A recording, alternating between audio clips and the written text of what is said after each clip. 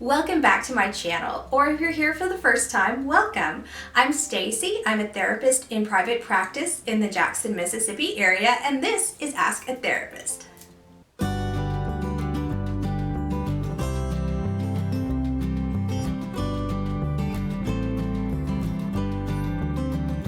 So this question is anonymous. This person asks, do therapists get tired of clients who are active in their recovery, yet continue to cycle back to self-harm and suicidal ideation? Do they get tired of? I think that the answer to this, and I can only speak for myself and what I have heard expressed from other professionals that I've worked with over the years, I wouldn't say that they get tired of the patient. I think sometimes as therapists we get tired, meaning the cycle can be a little bit tiring. It's tiring for the person going through it, and as a professional supporting someone, you're kind of like their cheering section. You're like, oh, that's great, they're doing so great, so-and-so this client has 2 months where they haven't self-harmed, they're only having very passive suicidal ideation that kind of comes and goes, and you get excited about it. You're like, yeah, because we want for our clients to be healthy and happy, and it can be hard when somebody has a setback. But we also know, especially if it's somebody that does GBT or works with people who have a tendency to have a lot of suicidal ideation, suicidal thoughts, self-harm, self-injury, or maybe acting out with drugs and alcohol in a way that is self-injury. We know going into it that these are patterns that for some people have been their way of coping and dealing with life for 20, 30 years sometimes. And you're not going to turn that around after a month and a half. So you start practicing those DBT, distress tolerance, emotional regulation, and things start to get better. But no process is linear. I say it a lot with grief that, you don't go from point A to point B.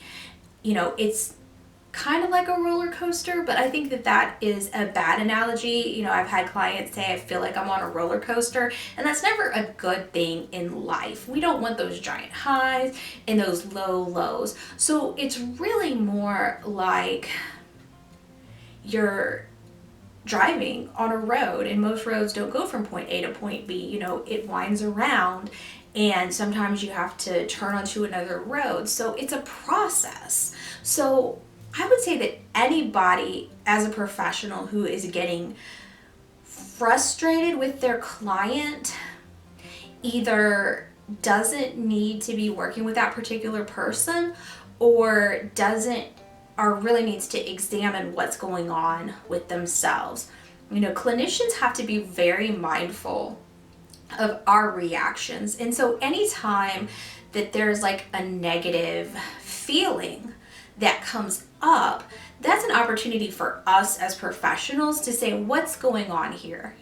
Does this client remind me of somebody else, somebody in my family? Is there something from my past that's similar to this client and it's triggering me on some level? We have to stay very conscientious about our own thoughts and feelings because we're people too. But I was trained to come at it from a question sort of thing, like, okay, here's a feeling, why is this happening, what is going on, and to kind of check in with myself and say, what's happening here? So beyond the, I think, natural feeling of, oh man, they're doing so well and it's so hard and they've come so far and they're beating themselves up now and this really sucks for them.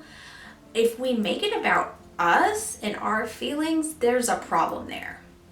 So I think a lot of people get burnt out because maybe they're working with somebody that has a lot of suicidal ideation or self-harm, and maybe the professional doesn't have the type of training that they need to know what to teach the person to help them, how to set their own internal boundaries as a professional. And maybe they need to refer out because they don't have enough experience or the tools to help somebody that is going through such serious things. And it's very draining. It can be very emotionally draining as a therapist, especially if you don't have the tools that you need to help that person. So yeah, do therapists get tired of people? Probably. Does that mean that there is an issue with the client? No, it means that there is an issue with the therapist. Anytime we are having feelings, especially negative ones, about a client and their situation, that means that we need to be more mindful of what's going on with us and perhaps refer out. But hopefully, if you're doing DBT, you're with a professional who's trained in dialectical behavioral therapy, who is used to working with people who have suicidal ideation, who have those feelings of, God, I'm just going to kill myself when there's something small that's happening. We know that those feelings are part of the process, and we're learning to regulate those feelings. We're helping you to learn how to regulate those feelings. So some of that is a part of the process, and a therapist, a professional counselor, whoever, should not expect that a person is going to come to therapy and then just magically get better. It takes a lot of training and retraining and learning those skills. They're not easy skills to learn, and you're undoing a way of coping. Like, it's a negative coping, but self-injury is a way to cope with extreme emotions. So until those mechanisms are in place, that you learn emotional regulation skills to learn what to do instead of self-harming and how to regulate those emotions, some of that just comes with the territory. So that was a pretty long-winded answer, but I'm very passionate about DBT and working with people who have borderline personality disorder or who have extreme emotions. And yeah. So the next question comes from Amy. Amy asks, what are some ways you handle a patient who refuses to believe their diagnosis? Well, first of all, it doesn't really matter if you believe a diagnosis. What matters is whether or not you're willing to change the behaviors and do the work. So let's say I have somebody come in who is very on edge all the time. Their heart starts to pound, they sweat, they get really tense at things that happen at work. They don't have panic attacks, but they're just very, very anxious. And I diagnose them with anxiety, which sometimes I talk about diagnoses with my clients and sometimes I don't, because a lot of times people know what's going on with them. So I think probably this is more relevant to a hospital setting, which I've also worked in. But, in an outpatient, the diagnosis is really not that important. So, like I said, somebody comes in, they're exhibiting anxiety symptoms. And if I say, I think, it sounds like you're having anxiety, and they say, oh no, that's not it, it's not anxiety. I don't really care if they believe that it's anxiety, if they're willing to do the things that they need to do to make those symptoms of anxiety go away. Because what is my purpose? My purpose is to make people, or rather educate people, on what they need to do to have the symptoms that are causing them issues in their life go away. I'm here to help you make your life better. I'm here to listen, give feedback, offer tools, educate. So if all the other stuff is there, if they're willing to do things to lessen their stress, if they are learning anxiety management techniques and practicing those, even though they may not be willing to call them anxiety management, maybe I have to call them stress management or symptom management, then it doesn't really matter if they believe that they have anxiety or not, because what I'm trying to do is make those symptoms ease. Now, for some people who have a serious mental illness diagnosis in a hospital setting, like somebody comes into the hospital with paranoia, hearing a voice tell them that somebody is watching them and they need to burn down their neighbor's house, where the professionals, the psychiatrists, doctors in the hospital are first going to put them on medication because they are actively in psychosis. Then when they start to feel better, they're going to talk to a social worker, a therapist, a counselor, somebody that works there in the hospital. And when I was in a hospital setting, I tried very hard to educate people about their diagnosis, because a lot of times people have been told you have schizophrenia, but they don't know what that means. They have never been explained, this, and this are the criteria for a schizophrenia diagnosis, and you exhibit this, and this. So this is why the psychiatrist or the doctor has diagnosed you with schizophrenia. So a lot of times there's a lack of understanding because nobody's ever taken the time to talk to this person about their diagnosis and what it means. And unfortunately, that is the internalized stigma of the mental health system, especially in hospitals or hospital settings, where I think a lot of times professionals tend to forget that the person is a person. And it doesn't matter if you have a diagnosis of schizophrenia. What matters is that you understand what you need to do to keep the things that put you in the hospital from happening again, so you don't go back to the hospital. And I think the best way to do that is to educate them and provide them with the tools to continue learning about their diagnosis.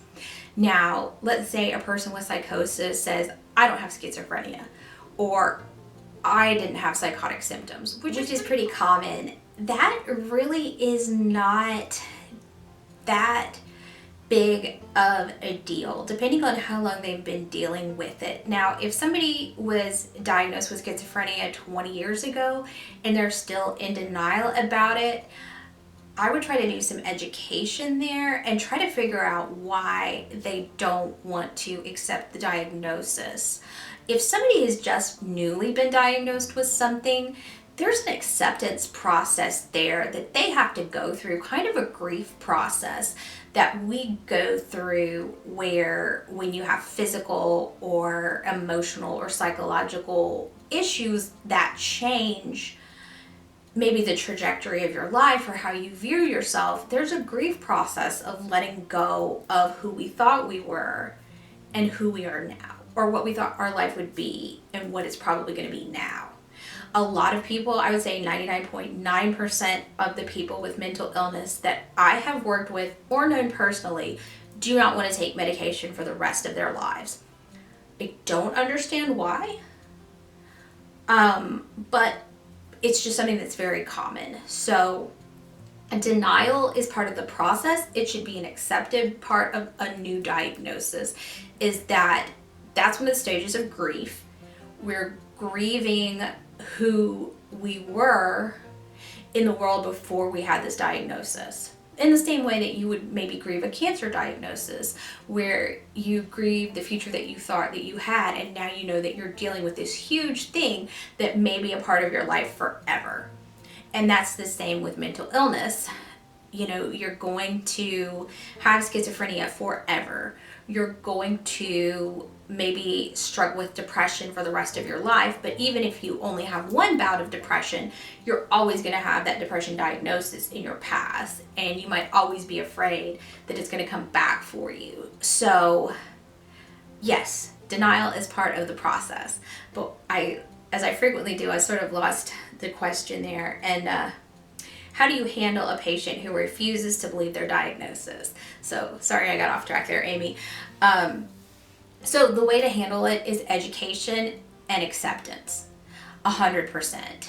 You educate the person on the diagnosis. You provide them with as much information as they can handle at that moment. You give them the time and space to process that diagnosis, have their denial, have their grief process, and you continue to educate for as long as you have access to that person. So in a hospital setting, when I worked in the hospital, it was 5 to 7 days. I know that it's a lot less now.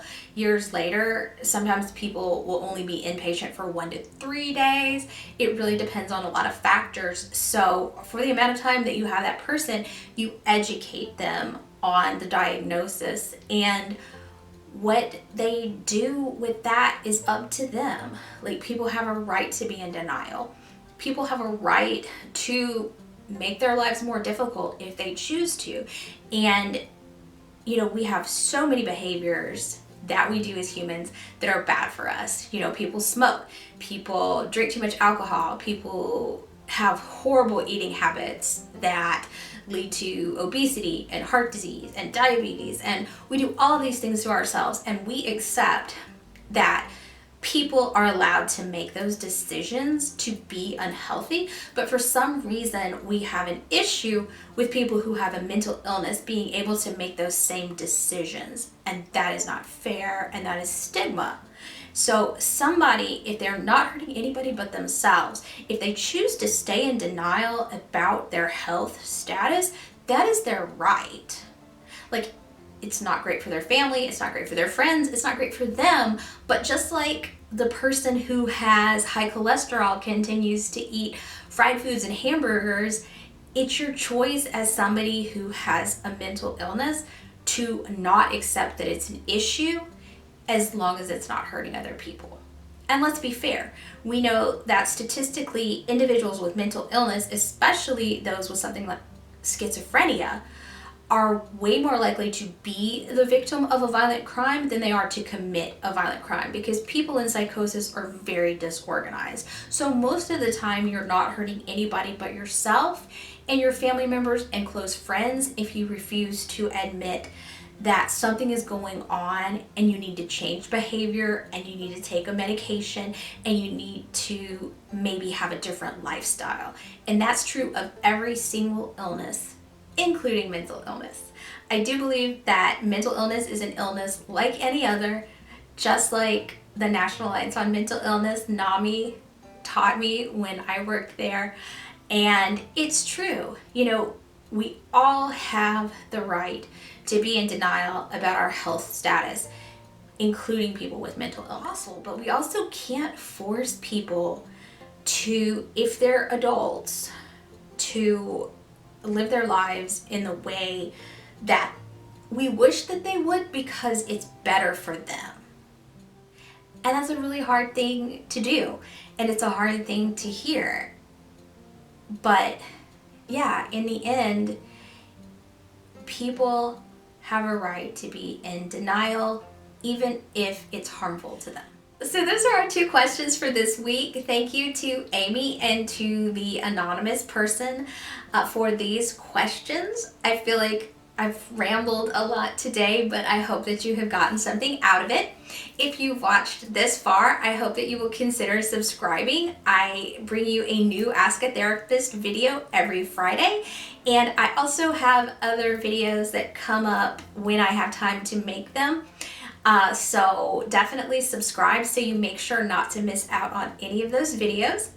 If you happen to be in the Jackson, Mississippi area and you're interested in seeing me for therapy, you can visit my website, StaceyAldridgeLCSW.com. And I can't forget to say, if you want to submit a question, you can email me, AskStacey@StaceyAldridgeLCSW.com. Thank you all for watching, and I will see you next week.